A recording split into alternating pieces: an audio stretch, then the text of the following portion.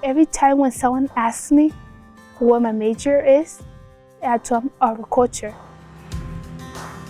And they think just harvesting apples. I tell them, no, it's so much more.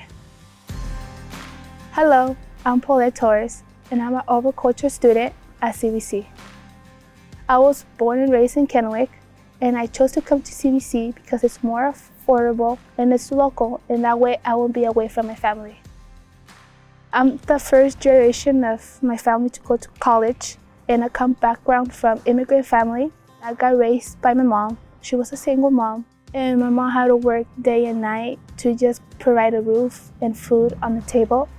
She always wanted us, her kids, to be better than her, and I'm very proud how my mom raised me. When I started CBC, my major was to become a food nutritionist. But once I started working as an ag student, I changed my mind. Every day I want new adventures. In agriculture, every day there's something new to learn. What I like the best about the program is that I get a lot of hands-on learning, and plus I build a lot of communication skills because we do a lot of outreach activities.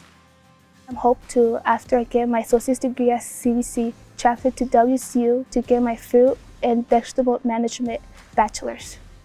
And then from there to work as an agronomist and then to open my own business. The resources that helped me at CBC, the first one is Sandra. She helped me to be who I am today. And also scholarships helped me a lot. It helped me from not stressing how I will pay for my classes. And just, it makes me achieve more to my goals, what I want to be later in the future. There's many people that love working with technology. There's drones, and we use drones so much to detect pests or to even spray chemicals. Where does your food come from?